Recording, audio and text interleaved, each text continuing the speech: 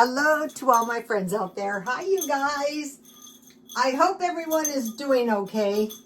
It's kind of rainy here. This video is, let's see, 12 scare events and six solutions. Food for hard times, and then my original ideas and useful information. Okay, scare events. A scare event may be real, something that I had a scare event. This was bad. I was coming home from the gym and there was a big truck in front of me stopped. But out here, that is totally common. People just stop in the middle of the road. So I pulled around him very slowly and crouched down on the ground. Below my dashboard was a street guy. And what happened is the white truck probably almost hit him and his salad and drink went flying and he was crouched down. And if I had been driving, scared the hell out of me. And I started yelling, "What the F is wrong with you? I could have gone straight over you." And then he gets up and he goes, "F you, F you." I go, "I could have run over you." That is a scare event. I have them. When you live in a fairly big city, they're not uncommon. I could tell you a million of them. So a scare event may be real, or the scare event may be something that might happen that's apt to incite fear, like food shortage, depression, that sort of stuff. So scare events that may be real or seem real. Okay, number one, food shortages. Okay, it doesn't matter how the food shortages happen. It could be loss of jobs. It could be inflation. You're buying less food. It could be a higher cost of food. It could be anything. It could be like the time I went to the food pantry and they said, "Sorry, we're out." Something like that. So, okay, food shortages. Number two, empty shelves. Okay, I have seen a couple of those. Like I'll go to the store to get something and there isn't any. One of the things that I have been going without is these certain sleeping pills that I buy at Dollar Tree. So I'm taking different ones and I've had pretty bad insomnia. I had one decent night's sleep, so I thought I've been cured by the carnivore diet, but no, it came back. Okay, blackouts. Okay, what we saw a blackout, I think it was like 1 or 2 days in Spain and Portugal.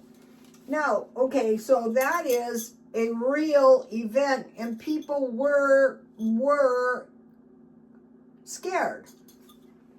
Out here, it would be really bad if you were on the freeway. So, for one thing, no phone. You can't call your relatives and go, "Don't worry, I'm fine." So that was a real scare event. But then we have another pending scare event, like no electricity in New York and Michigan if Canada cuts the electricity. Now it seems like these power outages seem to be happening in the middle of the night. I have actually been through a couple of them. The one was really bad because it was in the hottest part of the summer here. And like I lived in a bad area and I go, "There's no way I can sleep in here with the windows open." So I just had to endure a hellish night. So, blackouts. One of the things I heard that I'm going to be getting, and I didn't think of that as those straps with the headlight. I go, I'm going to get one of those. They're cheap enough. Blackouts, earthquakes. Okay, we had a bad earthquake. I told you about it. I thought I have a house that shouldn't be coming down. I thought it was coming down. So what happened about a day or two, my son, they were sleeping as usual, and one of the pictures like crashed to the floor, and the dog who's supposed to be guarding ran and got behind my son. And I thought, wow, that's odd, because it's not that kind of a dog. And I was thinking, oh yeah, I've been having that, where my stuff will just crash, like pictures, like those laundry, and I thought those are tremors. So we're still having tremors after the earthquakes. Little to nothing you can do about them. In this case, it might not be a good idea to try and go out of the house.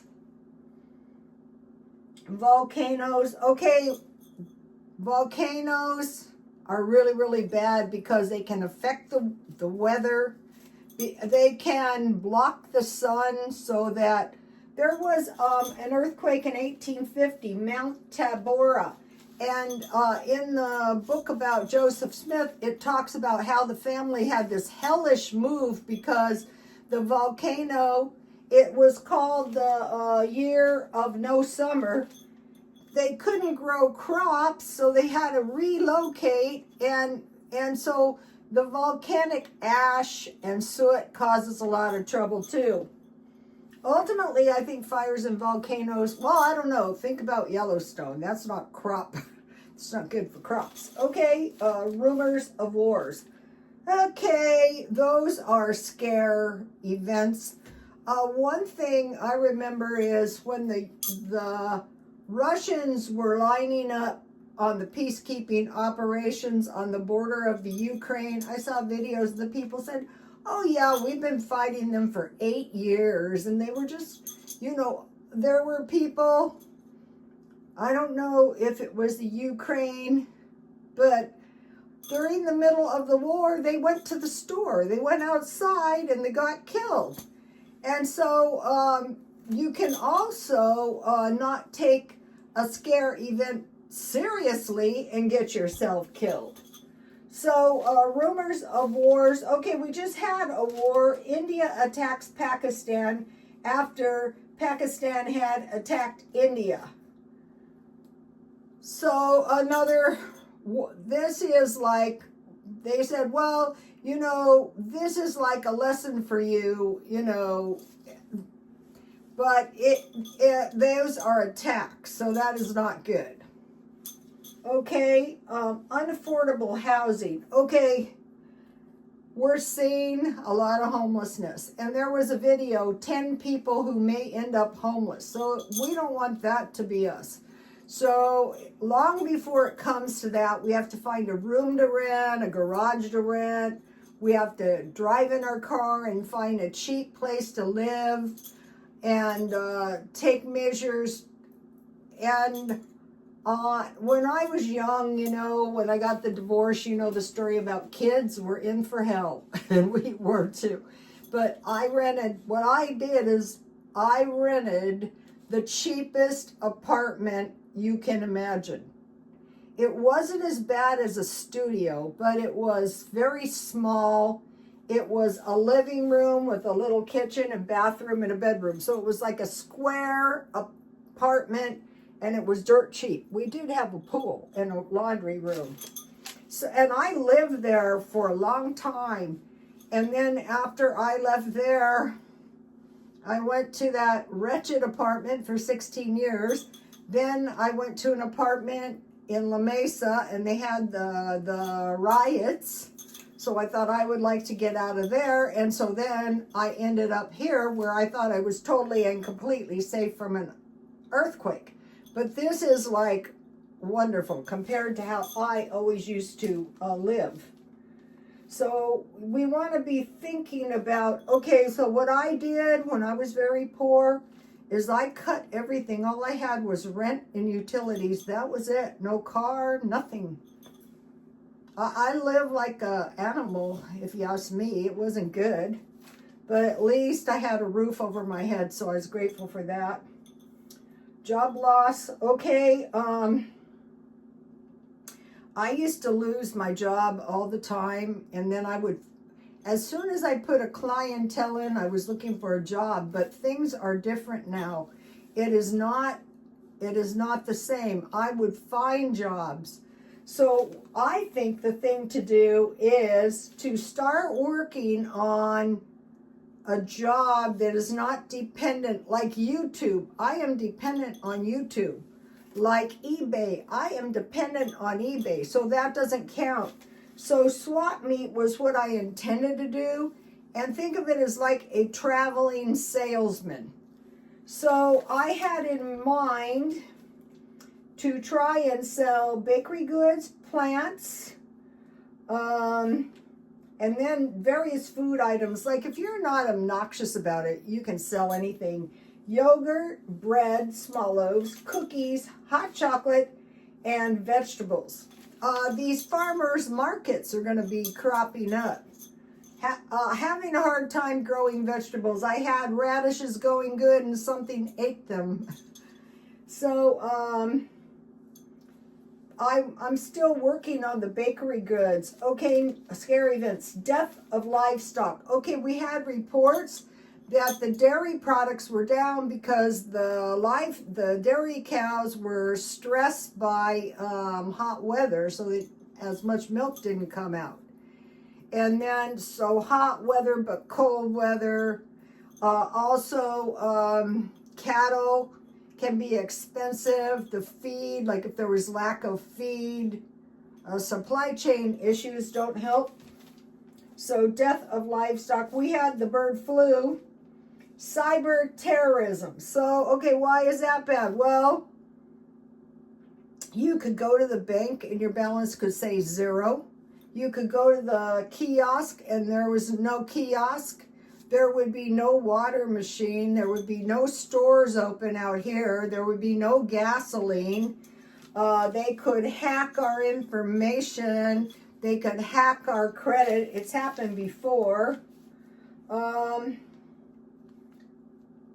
My alarm is dependent on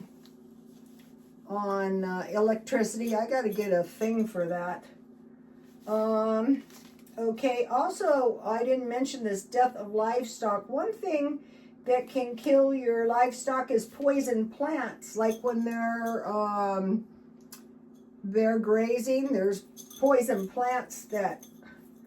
Okay, 11 is crop failure. Okay, crop failure can be caused by bugs. Like in the day, back in the day of the Mormons, my side of the family lived outside of Salt Lake City. And when the locusts would swarm, it would be like the entire sky was filled with locusts coming for your crops. And so my people were pious and they prayed to God, and believe it or not, seagulls, this is a lot of locusts, but a lot of seagulls consumed them before they got to the crops. So that was kind of like a miracle. But don't ever forget that. When things are very bad, you gotta, what other option do you have? I can't tell you. I used to do the healing ministry, and I can't tell you how many people said, no, I don't really prefer that. I go to myself, what other option do you have at a time like this, besides praying for a miracle? Okay, attacks. Oh, this is a bad one. Crop failure. One thing is year-round indoor gardens. I'm trying to do that. And also a garden on my balcony. But out here, today, I was at the gym and I saw a couple rats. And one thing I don't want is rats. They crawl up, and I don't want any on my balcony. I don't want any in my backyard. So we have to be prepared with rat poison. The 7 dust doesn't seem to stop them. So it was really bad. I go, this will stop them. No, it doesn't stop them. Food shortage can be caused by drought, no water. Okay, so attacks on crowds. That's a bad one. Those are scare events. Like if you've ever really thought about it, they're cropping up, and is it really worth it? Okay, now let's see. Okay, so now think about these things. The Canadians are shunning the U.S., and that is affecting our tourism. Luxury brand has been attacked by dupes manufactured in China. Explosions are definitely scare events, whether they're in war or like terrorist attacks. Droughts, which cause crop failure. Crime and violence, those are scare events. Loss of welfare or social security, so that goes to the scare events that might happen. Okay, empty shipping containers. Also, there's been postulated that some of these containers are really, really corrupt, containing hybrids like animals, humans, trafficked children and women, and organ harvesting of animals and children. Like they're using children's organs for humans, if that's all they can get. And then another thing is it's possible that some of these implants could be animals. Okay, so that's nothing to do with that. Okay, aliens, that could be a scary event. Asteroids, solar flares, and darkening of the sun, like the ash from the volcanoes. Halloween, Halloween. One of my son's friends was murdered on Halloween. It kind of took all the joy out of the holiday. Okay, a fear of your business failing. Depression lasting from 10 to 20 years. Civil war, water pollution, devils are coming for us, and witchcraft. So that's to name a few scare events. That's quite a few scare events, huh? Okay, now let's try to come up with some solutions. Okay, a lot of these scare events are nonsense. Like we want to pick our battles. Do we want to worry about devils, witchcraft, Halloween, things like that? No. Solar flares, nothing you can do about that. Asteroids, nothing you can do about that. Okay, number one, food storage and water. Okay, that is something we can do. Once we get the food, then we don't have to worry about starving. Once we have a house, like, you go up here to unaffordable housing, find a cheap house, you've got food and a house, and then utilities. Just start using a hot plate or, Christmas lights or little heaters. You have to be careful when you're relying on these little appliances. I've seen toaster ovens in my shop. I was working with this dumb girl, and there was all kinds of crumbs in the bottom, and the toaster oven caught on fire, and she goes, help me. I go, no, you caught it on fire, unplug it. It was always something with them. Okay, that was food storage and water. Car and gasoline, mainly for evacuation. Okay, no meat. We have to come up with some vegetarian meals. As long as you have cheese and rice and beans and some tea and some fishes, you can get by. Okay, now for cyber attacks, we want to keep our dependence on devices as low as possible, like cell phones, like computers, like TV, like all of that stuff. Your phone can recharge in the car. Okay, okay, now for this, like attacks dams and water systems, those can glitch because we had the flood from the reservoir. They let water out and they said it was a computer system failure. So, we want to be thinking about that. Supply chain disruptions. Okay, essentially the worst thing that can happen there is shortages and higher prices. No heat, that could be fatal. Too hot, that could be fatal. This is one that needs attention, no cash. So they say prepare for 3 days. So if we get hit with like some kind of power outage, they're saying just be prepared for 3 days. Okay, how do they know 3 days? You know, this could go back to the scary event that's possibly contrived. But, you know, start with 3 days. You don't have to have thousands of dollars. Just have small bills of cash.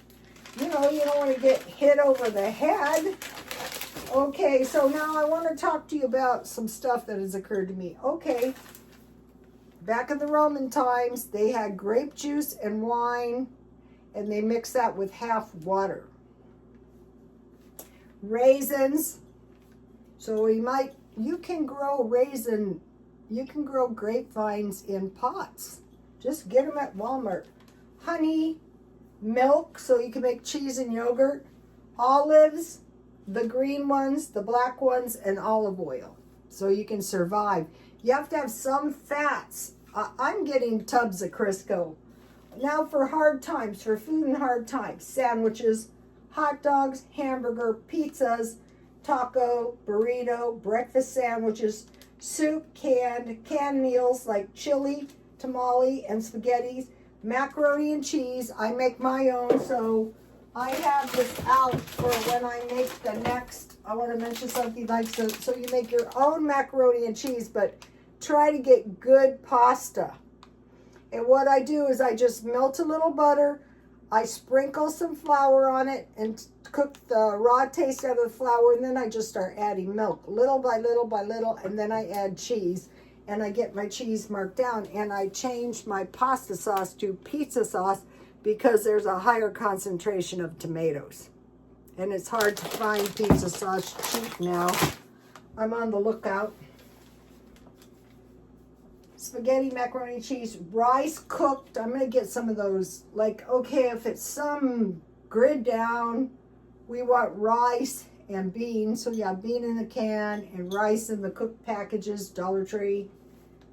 So rice cooked and beans. Okay, now for the original ideas. The original idea for today is, in anticipation of the empty shelves, start eliminating all the items you can do without, like hand soap and bath soap, you know, in the pump. So you're not buying two separate items. You're going to buy the big ones cheap. Shampoo and conditioner. I actually spend a lot of money on my hair, and I go, don't do that. Just get the shampoo that contains conditioner and the Dollar Tree color, and, you know, look as good as you can at your age. Like, who cares? Face cream and lotion. Okay, I have found some face cream. I mean, it's lotion, but you can use it for face cream if it doesn't sting your face. And then the Dollar Tree hair color. So that is my original thought. I mean, it's not earth-shatteringly original, but when you're coming up with them every day, so you start doing this stuff, and pretty soon, you know, because they're saying what it is they want to compact the consumption. So we're not going to have as many choices. So we want to find items that will do two jobs. Useful knowledge. Okay, gardening, sewing, thrift store finds. Okay, and then when you do buy something, say to yourself, can I sell this when I am done? Can I sell this sweater when I am done? Yes. Can I sell these rings and these earrings when I'm done? Yes. Can I sell these jeans when I'm done? Yes. Can I sell these bowl things? These are cute. Yes, I sell them. So almost everything, I want to say, can I sell this when I'm done using it? It's like when you take your stuff to the thrift store, what do you think they do with it? They sell it. Okay, and then develop shopping skills. That is going to help you a lot. Okay, so another thing is like heavy cream. You can make butter, and then you have residual milk, homemade bread, and bakery goods. So once you get your flour and your sugar and your salt, you're in business for baking. Yogurt, cottage cheese. I bought cottage cheese and it's really good. But, you know, I have Dollar Tree milk and I can just heat it and add vinegar. Like, I usually add 4 cups of milk. I heat it to almost boiling. I turn off the heat and I add 2 tablespoons vinegar. I cover it. And then I have curds and whey, and I have cottage cheese then, and it tastes really good. Today there was quite a bit of milk marked down at grocery outlet. Then during the last pandemic, I couldn't find yeast, but if you have soda and baking powder, you can make bread. And then today was a no spend day, so I thought I had bought bacon ends for the carnivore diet, and I had bacon and eggs, and then I got these thin slice beefs. Really, I'm not hungry, and I could eat some cottage cheese or make some eggs. I think a lot of the carnivores just go, okay, I'm just going to eat beef. I can see that. Okay, so the carnivore diet, this is 2, 4, 6, day 6. And here's so what I have is 3 days on, 1 day off, but I stayed on it pretty, and now I have a few days left. And then here is the spend. I go no spend 1 day, spend, no spend 2 days, spend 2 days, no spend 3 days, spend 3 days. And then I write down what I bought. And so, you know, reducing consumption and tracking spending is going to help a lot. Like, I see how much money I've spent when I'm trying not to spend any money.